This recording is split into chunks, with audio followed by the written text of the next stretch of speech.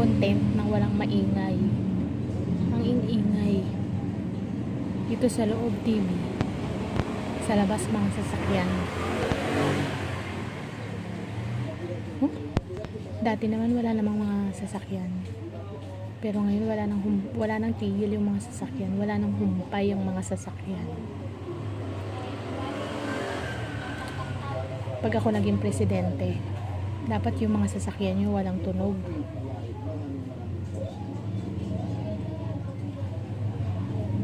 Pang pitpit lang dapat yung may tunog. Yung mga ganyan, no, hindi pwede sa akin.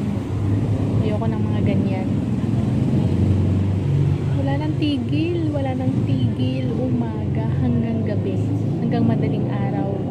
Walang tigil yung mga sasakyan na gumaganyan. Basta pag ako naging presidente,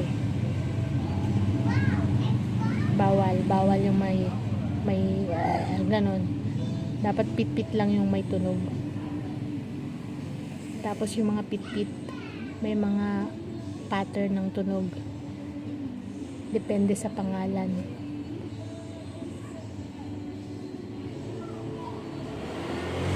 O diba, ang ingay. Pag sa loob naman ako magko-content, kasi nagre-reels ako, wala. Ang ingay ng TV. Matutulog na lang, naka-TV pa. Pag ako naging presidente, bawal mag-TV yung mga natutulog. Lalo na kung may nagre-reels sa loob ng bahay, bawal mag-TV.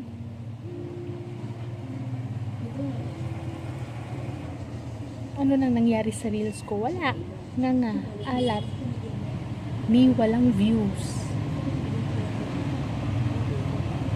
Pag ako naging presidente, sabihin ko lahat ng tao na manood kayo ng reels ko para monetize agad. Ano ba naman to? Sound pollution. Bakit kasi ang iingay ng mga sasakyan nyo? Dapat walang tunog yan. Mangyari kaya yun? Pwede ba yun? Yung mga sasakyan walang tunog? Hindi, no? Palakasan nga ng tunog.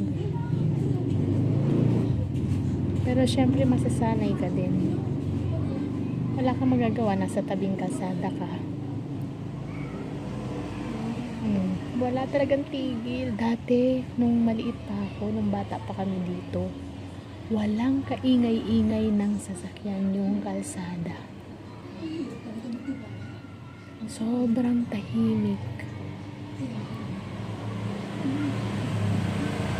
Pero ngayon, nako,